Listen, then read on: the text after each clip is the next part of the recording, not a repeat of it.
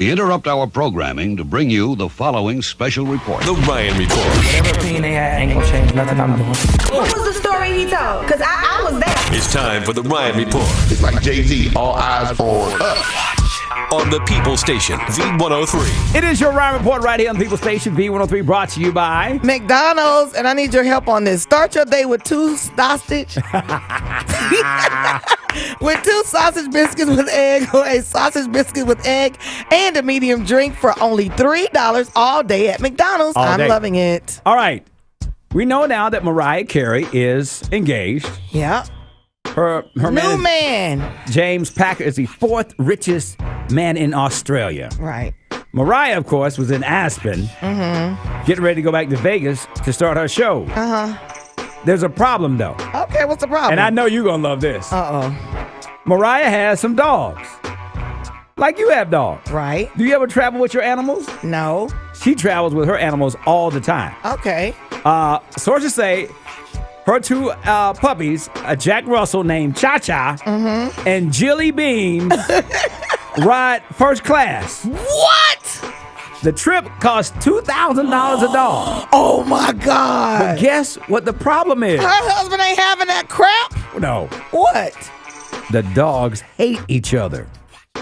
So they have to fly in two separate kennels and travel with two separate members of her staff because they cannot get along. So she got to pay, instead of $2,000 and put them in the same crate, two different crates. This is why Nick got gone. See, you understand me? Your dog's got to fly first class? Spending unnecessary money. Really, girl? Yeah. Oh, please, Mariah, stop They say it. Mariah does not have time to focus on a wedding right now because, you know. Why can't they get under the plane with all the other dogs? They're not doing that. They're Mariah's dogs. Oh, please.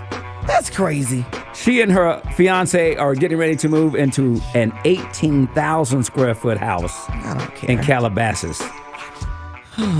Guess what the mortgage is? What? Guess what the mortgage is? I have no idea. Tell me. $250,000 a month. Wow. What? They say Nick Cannon said peace.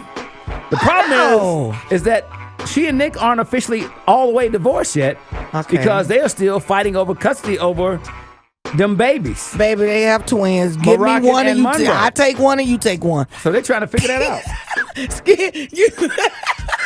I get the girl, you get the boy, keeping it moving. All right, let's move on. Jagged Edge, Kyle Norman and his wife go on television. Why? On to the Steve Harvey show to talk about Kyle's incident where he beat up his then girlfriend, tried to make her swallow her engagement ring, which she says she still doesn't have. And the issue that she had to address was the fact that her father went to prison and in no way, shape, or form wanted her to go back to Kyle.